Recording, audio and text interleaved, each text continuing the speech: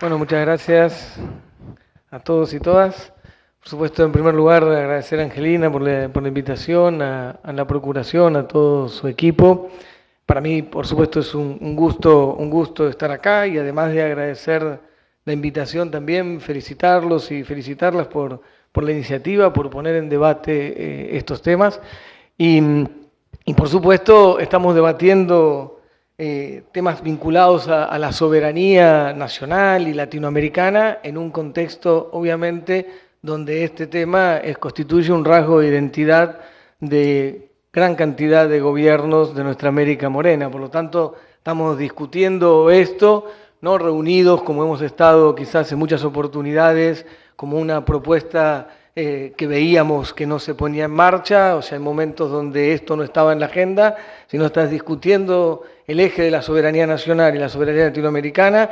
con gobiernos democráticos, populares en nuestro país y en América Latina que tienen como rasgo de identidad constitutivo haber recuperado la soberanía como eje de su accionar público, al haber recuperado también la política para ubicarla en el centro de la escena pública y recuperando la soberanía de la política también sobre los intereses corporativos. Digo, seguramente eso también es una cosa que diferencia estos últimos años de nuestra militancia, y lo digo como militante del campo nacional, popular, democrático, debatir estos temas al calor de proyectos que nos volvieron a enamorar es absolutamente distinto a discutirlo como lo discutíamos hace 15 años, cuando estábamos tratando de que esos sueños se puedan implementar. Así que eso, por supuesto, entusiasma muchísimo. Y además desde esta dimensión integral de la soberanía, como todos los debates y los paneles se han desarrollado, soberanía política, económica, cultural, bueno, digamos, desde distintas perspectivas. A nosotros acá nos toca hablar de la soberanía vinculada a los medios de la comunicación, vinculado a la comunicación, entendiendo también en este aspecto cómo se independiza la palabra de esos intereses corporativos,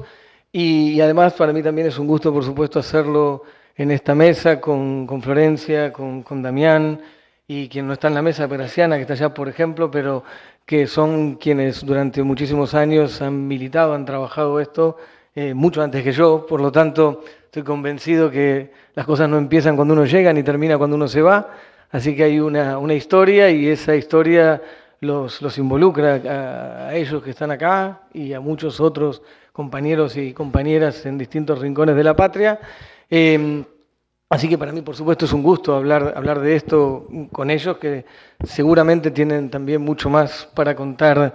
que yo en esto, pero lo que es cierto que esta historia que ellos vivieron también tiene que ver esencialmente con esta ley de servicio de comunicación audiovisual que está implementándose, y quizás a mí me pidieron que desarrolle un poco más esto, entendiendo que una de las herramientas para construir soberanía comunicacional, al calor, insisto, de este proyecto nacional, popular, democrático, que entiende la soberanía como rasgo de identidad constitutivo y como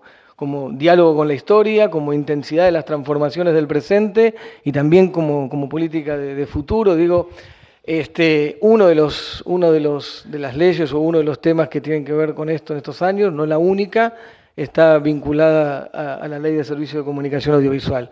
Y la Ley de Servicio de Comunicación Audiovisual es hija también de esa historia, y a mí me pasa siempre, y hoy me va a pasar lo mismo, que es, no puedo hablar de la ley sin hacer ese reconocimiento a la historia de esos miles y miles de hombres y mujeres que durante casi 30 años debatieron y cómo construir una ley de la democracia, cómo tener una ley de la democracia que deje atrás una norma oscura de la dictadura militar que regulaba los medios de comunicación y la tenencia de los medios de comunicación. Y esta ley es hija de esa historia, esta ley es hija de esos foros que se desarrollaron en el conjunto del país, de esa militancia política, social, cultural, gremial, académica, que, insisto, durante muchos años debatieron esta necesidad. Y, vuelvo a repetirlo, aquí hay compañeros y compañeras que han trabajado años sobre esto, y esta ley, insisto, es hija de esa historia, recoge esa historia, pero por supuesto es hija del contexto histórico, político, social, cultural que funda Néstor Kirchner ese 25 de mayo del 2003, que genera obviamente las posibilidades de poner en debate estos temas, porque también tiene como rasgo de identidad constitutivo el proyecto que funda Néstor, interpelar el poder, correr la frontera de lo posible, recuperar el valor de la política para enfrentar esos intereses concentrados, corporativos. Por lo tanto, no se puede explicar esta ley fuera de este contexto político, social, cultural que permite que esto suceda. Por lo tanto, digo, la ley es hija de esa historia, es hija del contexto que funda Néstor y obviamente es hija del coraje, de la voluntad política de la Presidenta de la Nación de recoger todo eso y llevarlo al Parlamento para que sea ley. Y esa ley que tiene como objetivo democratizar la palabra, entendiendo que no hay democracia profunda si no se democratizan las voces, si no se democratiza la palabra, entendiendo también la lesión que le hace a la democracia la concentración mediática, las posiciones dominantes, que lesionan la libertad de expresión, que lesionan la pluralidad, que lesionan la diversidad, que enriquece la democracia. Digo, esa ley que tiene como objetivo democratizar la palabra tiene como dos grandes ejes. Un eje que tiene que ver con la construcción de nuevas herramientas comunicacionales, nuevas radios, nuevos canales, nuevas señales, nuevas productoras de contenido audiovisual en el conjunto del territorio nacional, para que en el conjunto de la patria, el conjunto de nuestro pueblo pueda tomar la palabra con su tonada, con su tradición, con su cultura, con su historia, con su identidad, para que nos podamos ver nosotros y escuchar nosotros y no siempre a otros en esas pantallas o en esas radios. Ese es el objetivo, digo, anclar territorial y socialmente esa transformación de la comunicación desde una perspectiva profundamente federal. Por lo tanto, tiene esa búsqueda, insisto, que en el conjunto de la patria, el conjunto de nuestro pueblo pueda tomar la palabra, pueda estar en el centro de la escena pública y garantizar el derecho a la comunicación y la información como un derecho humano, como establece la ley, y por lo tanto un derecho que el Estado tiene que garantizar. Y por eso tiene que ver con este proyecto que por supuesto tiene al Estado como garante central de esos derechos políticos, sociales, culturales, económicos, para todos y todas. Digo, y en eso hay un balance positivo que en general aburre para contar cantidad de cosas que se han hecho, pero que a nosotros nos parece siempre importante resaltar porque, entre otras cosas, la estrategia de los grupos hegemónicos, concentrados, no solamente es intentar que no salga la ley, después que se declare inconstitucional, después no cumplirla, sino que además también invisibilizar los resultados de la ley y que eso vibra en el conjunto del país. Por eso es difícil que sepamos, justamente porque está invisibilizado, lo que significa la ley. Y no estoy hablando, obviamente, no hace falta la aclaración, de lo que hemos hecho en una gestión determinada del AFCA. Estoy hablando de la historia de la ley desde siempre. Y en eso hay cientos de nuevas cosas, de nuevas realidades. Hay cantidad de nuevas herramientas comunicacionales, tanto del sector público, del sector privado, como las organizaciones populares comunitarias sin fines de lucro, en el sector privado con la incorporación del mundo cooperativo. Para poner un ejemplo, hay 160 cable operadores nuevos en la Argentina, la mitad de ellos son medios cooperativos, son cables cooperativos. Hay nuevas radios, nuevos canales, nuevas señales en las universidades, en institutos educativos, en las provincias, en los municipios, de las organizaciones populares comunitarias sin fines de lucro, de pueblos originarios, de organizaciones en zonas de frontera, en zonas vulnerables. Digo, hay cientos de casos que aburriría expresarlo, pero digo, hay miles de horas de producción de contenido audiovisual, fruto de la demanda de la ley también que exige contenidos nacionales, contenidos independientes, digo, y esto se ve en el conjunto del país. Digo, si yo hago memoria, recuerdo simplemente los últimos meses de lo que hemos ido a inaugurar, una radio en el Valle del Uracatao, en Cieneguillas, en Salta, donde por supuesto no había absolutamente nada, y hoy hay una radio en el medio del Valle del Uracatao, o en Acheral, Tucumán, o en Colipili, Neuquén, o digo, en distintos rincones del país sucede esto. Por eso digo, más allá de lo que los medios hegemónicos quieren mostrar, de que la ley solamente tiene que ver con el aspecto que por supuesto es sumamente importante, de disputa antimonopólica, hay una cantidad de cuestiones que se ha avanzado y nos enorgullece. Y esto, insisto, hay para contar muchísimo en todos estos 6 años, a pesar de que la ley estuvo un año, al principio un año fue parada por medidas cautelares el primer año toda la ley y después 4 años y pico más o menos, la parte vinculada a los capítulos antimonopólicos. A pesar de todo esto, a pesar de Manieto, a pesar de Clarín, a pesar de quienes no quieren que esto avance, la ley ha avanzado en muchísimos aspectos y eso nos enorgullece, lo celebramos y demuestra entonces que también obviamente se puede, además de generar, entre otras cosas, en forma directa o indirecta, más de 100.000 puestos de trabajo en el mundo de la comunicación audiovisual, fruto del impacto de la ley también, ¿no? Digo, acá hay un listado que no voy a leer, de miles de cosas que se han hecho durante todos estos años, pero que me parece que es sumamente importante. Entonces, hay un aspecto vinculado a esto, vinculado a esta generación de nuevas herramientas, insisto, del sector público, del sector privado, de las organizaciones comunitarias, populares, sin fines de lucro, entendiendo que el conjunto de ese mapa comunicacional tiene que garantizar las posibilidades de expresión del conjunto de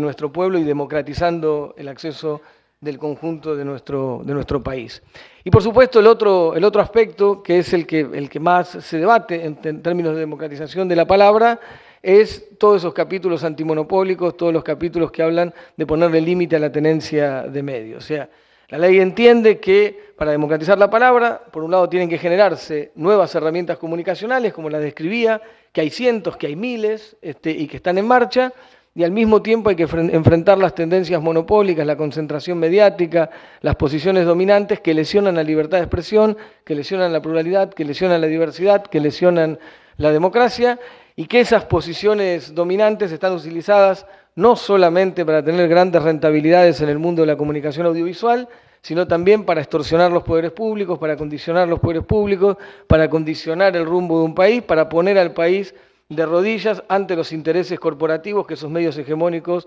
comunicacionales representan. Por eso digo, la concentración mediática no tiene que ver solamente en la utilización de ellos, solamente con tener grandes rentabilidades en el mundo de la comunicación, sino utilizar esa posición para condicionar el rumbo del país, para poner de rodillas a la democracia, para en definitiva construir un país para pocos y pocas como ellos representan. Esta situación, lo que hemos vivido, y están acá lo conocen muy bien, es que esos grupos concentrados primero pelearon para que no salga la ley, después cuando salió la ley se presentaron a la justicia para declarar la inconstitucionalidad de la misma. Tuvimos años debatiendo eso, hasta que llegó a la Corte, audiencia de la Corte que ustedes recordarán, que con Angelina y con los que están acá hemos trabajado y han tenido un rol protagónico. La Corte declara la constitucionalidad de la ley de punta a punta y, por lo tanto, el grupo Clarín, que es quien en realidad más se resiste, y la pregunta siempre es por qué se habla del grupo Clarín, y Clarín quiere establecer como idea que se habla del grupo Clarín porque la ley está hecha para ello, y eso es falso. Se habla del grupo Clarín primero porque es el que más excedido está, porque por ejemplo la ley establece que vos podés tener 24 licencias de cable y ellos tienen 240, porque se puede tener hasta el 35% del mercado y ellos están arriba del 40 y pico, 45, porque pueden tener 10 licencias de aire y ellos tienen muchas más. Por lo tanto se habla del grupo Clarín porque es el que más excedido está, y se habla del grupo Clarín porque es el que ha resistido el cumplimiento de la ley, porque la ley es para todos, se aplica pareja para todos, lo que está permitido para uno está permitido para otro, lo que está prohibido para uno está prohibido para otro. Ellos intentan construir la idea de que hay un tratamiento particular, eso es falso, lo que hay es que ellos se resisten al cumplimiento de la ley. Y después de declarar constitucional la ley de punta a punta, lo que hace el grupo Clarín es presentarse al AFCA con un plan de adecuación, dividiéndose o proponiendo dividirse en 6 empresas. Por supuesto nosotros estudiamos eso y las 6 empresas que proponen constituir, el tamaño de esas 6 empresas que proponen constituir cumple con los objetivos de la ley, está dentro de lo que la ley establece, o sea, ninguna se excede de lo que la ley permite. Por lo tanto, entonces el directorio lo trata y aprueba la adecuación voluntaria del grupo Clarín. Pero cuando luego traen para estudiar quiénes son los titulares de esas 6 futuras empresas, cosa que teníamos que hacer después de aprobar el plan, porque después tenían que traerlo. Ahí es donde descubrimos que hay una trampa brutal, donde cuando dicen que venden, no venden, cuando dicen que se dividen, no dividen, porque mantienen los vínculos societarios con empresas en Panamá, Nueva Zelanda, en Estados Unidos y en la Argentina, por lo tanto mintiendo una vez más, y que más allá de que no nos sorprenda, porque hay una historia de trampa y de mentiras, pero bueno, mienten una vez más, ponen, cuando dicen que venden, por ejemplo, le ponen una cantidad de condiciones a los futuros compradores que queda absolutamente claro que mantienen el control, por lo tanto ni venden ni se dividen, y era una nueva trampa a la ley, y es ahí donde planteamos la adecuación de oficio, justamente porque el Estado tiene que hacer cumplir la ley, y si ellos voluntariamente no lo hacen, entonces la ley contempla la adecuación de oficio. Esa adecuación de oficio que hoy está trabada, una vez más, con medidas cautelares que para nosotros no tienen ningún sustento y que tienen que ver con lo que la Presidenta ha definido con mucha claridad, que hay una parte del Poder Judicial que en definitiva trabaja o funciona como un partido judicial que se dedica a ponerle trabas a las transformaciones a favor de los intereses de las mayorías populares que surgen de donde tienen que surgir, que es del Parlamento Nacional o de la Casa de Gobierno. Y aclaro esto porque yo creo que uno de los temas centrales que les preocupa a Manieto y a otras expresiones desconcentradas de la Argentina es que lo que más les preocupa es que lo que no se bancan más es que no mandan más. Y lo que más le duele es que hoy el futuro de la Argentina se decida donde hay que decidir, lo que es en la Casa de Gobierno o en el Parlamento Nacional y no en la oficina de un CEO de ninguna corporación.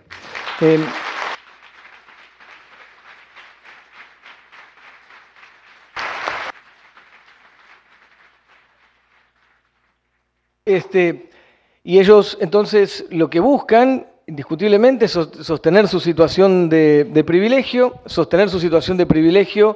que lesiona la soberanía comunicacional, que lesiona la libertad de expresión, insisto,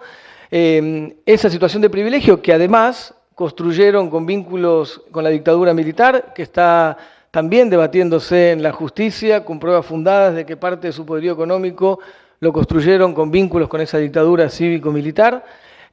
poderío económico que construyeron también en la década de los 90, cuando el país se hundía, ellos crecían, porque a ellos les va bien cuando a las mayorías populares les va mal, o poderío que construyeron cuando tenían el monopolio del fútbol y extorsionaban a los cable operadores pymes en todo el país, no dándole el fútbol, fundiéndolos, comprándolos, y así hicieron parte de su poder económico. Esa situación de privilegio es la que ellos quieren sostener y quieren mantener. La verdad que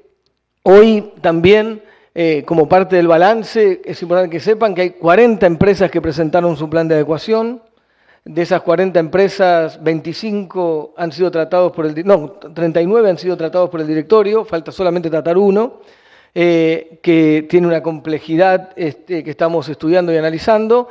pero de las 39, 24 están en el proceso de adecuación o ya terminados o adecuándose, y 15 fueron desestimados porque no había motivos de adecuación. Quiero decir,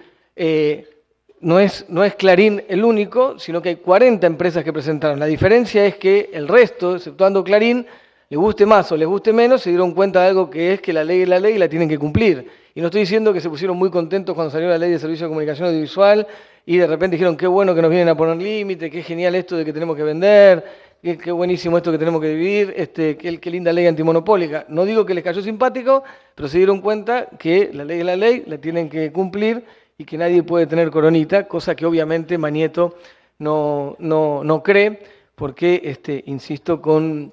estuvieron acostumbrados a llamar a los presidentes, a los diputados, a los gobernadores, a los intendentes y decirles lo que tenían que hacer, y como eso es lo que no pueden hacer más, eso es lo que le da bronca. En algunos casos lo pueden hacer, porque de hecho llamaron, por ejemplo, al gobernador de Córdoba y llamaron al alcalde de esta ciudad o al intendente de esta ciudad y le dijeron que tenían que sacar una ley local para enfrentar una ley nacional. Mamarracho jurídico, yo no soy abogado, soy el único acá que no soy abogado, pero yo que no soy abogado, sabía que era un disparate que una ley local pueda ir contra una ley nacional y sin haber estudiado de punta a punta la Constitución como ustedes lo han estudiado, todos sabemos que en esa supremacía de las normas la ley nacional es la ley nacional. Pero a pesar de eso, Manieto les pidió una ley en Córdoba y una ley en la ciudad de Buenos Aires que salió. O sea que están acostumbrados a esa lógica y a funcionar de esa manera.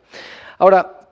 a mí me parece que más allá de esta situación particular, y que por supuesto no es menor, porque me parece que cuando uno hace un balance sobre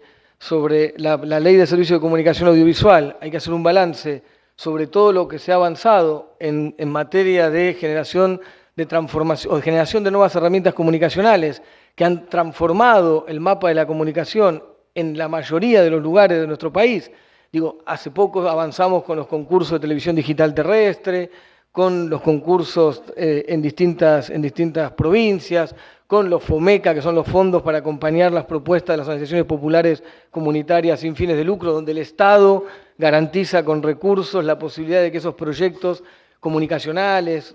con que tienen una función social profunda, que son quienes pueden amplificar la voz, que además a nosotros como proyecto nos interesa amplificar. Digamos, todo eso hay un balance sumamente positivo y es absolutamente cierto que en materia de adecuación, si uno mira la cantidad de empresas que están, puede decir que todas menos una están en proceso de adecuación, lo que es cierto que el caso del Grupo Clarín se está trabado por esas nuevas medidas cautelares que nos parecen un disparate y que tienen respuestas como esta, que esta semana, por ejemplo, cuando se estaba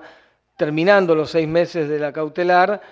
Clarín presenta una prórroga y el juez le da una prórroga, después los abogados me corregirán, pero le da una prórroga mientras estudia, le da una prórroga para darle traslado a nosotros, para estudiar si le va a dar la prórroga definitiva o no, algo así hace, por lo tanto le prorroga de hecho mientras estudia si le va a dar la prórroga y así funciona. Al mismo tiempo con la grilla, que es otro elemento que garantiza libertad de expresión, que garantiza diversidad, que garantiza pluralidad,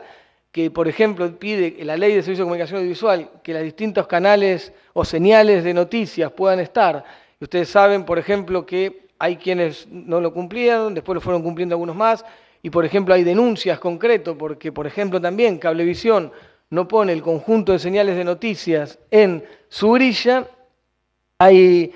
denuncia hecha sobre esto, hay una orden de la justicia para que cumpla con la grilla, y como hay una orden de la justicia para que cumpla con la grilla, ustedes los abogados después me corrigen, pero hay una orden de la justicia para que cumpla con la grilla y no la cumple, fuimos a la justicia a decirle, está desobedeciendo una orden judicial, por lo tanto nos presentamos como creyentes, nos presentamos para hacer una denuncia por incumplimiento de una orden judicial. El juez nos contestó hace un mes más o menos, que no había ningún delito en no obedecer la orden de un juez que le decía que tenía que cumplir la grilla y que nosotros no teníamos nada que hacer en esa presentación. Y por lo tanto,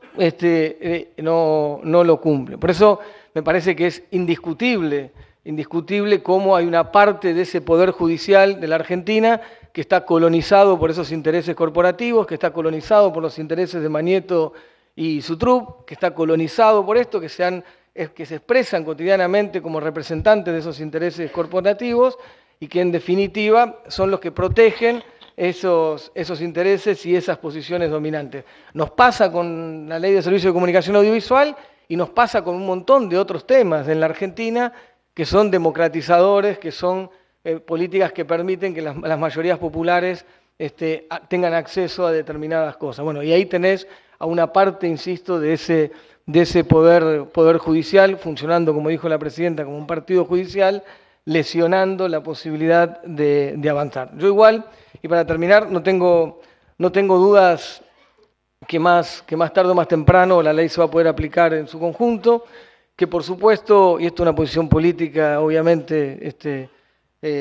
pero personal y colectiva de muchos y muchas, pero que lo expreso, que obviamente Manieto estará soñando con tener un contexto político distinto que le permita seguir estando fuera de la ley. Yo ahí creo dos cosas. Creo, por un lado, insisto, más tarde o más temprano, Manieto va a tener que cumplir la ley como cualquier hijo de vecino y se le va cortando las posibilidades de seguir dilatando esta situación. Y además creo también, insisto, que ese momento político que él sueña, se imagina, intenta organizar y le da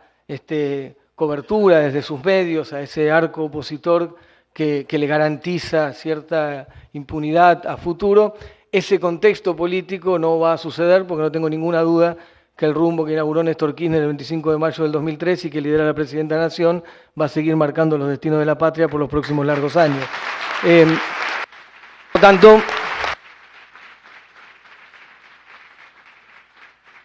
Por lo tanto, creo que la garantía de continuidad de estas políticas públicas y la garantía también de la aplicación de las mismas es, como dice la Presidenta, el empoderamiento de nuestro pueblo sobre estas cosas, que tiene que ver con que nosotros hagamos carne estas políticas, que tiene que ver con que estas políticas sean parte de nuestro patrimonio político, social, cultural.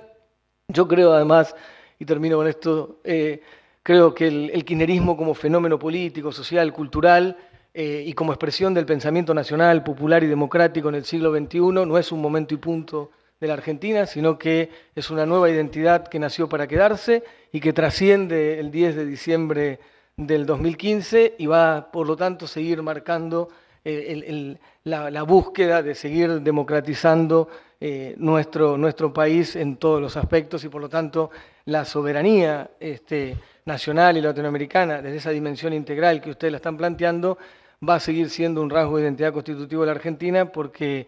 nuestro pueblo en estos 12 años lo ha incorporado como un valor de la inmensa mayoría de nuestro país. Y en ese sentido, además, y otra cuestión, por supuesto, muy desde una posición política concreta, yo creo que como el kirchnerismo nació para quedarse y no es un momento y punto, y no es una identidad transitoria, sino que tiene una dimensión fundacional, lo mismo sucede con el liderazgo de Cristina. Cristina deja de ser presidente el 10 de diciembre del 2015, pero sigue siendo la líder de este movimiento político que tiene el rol histórico de seguir defendiendo los intereses de las mayorías populares. Por lo tanto, vamos a poder seguir trabajando para la aplicación integral de esta ley y que la soberanía siga siendo un rasgo de identidad constitutivo del proyecto que gobierna la Argentina. Muchas gracias.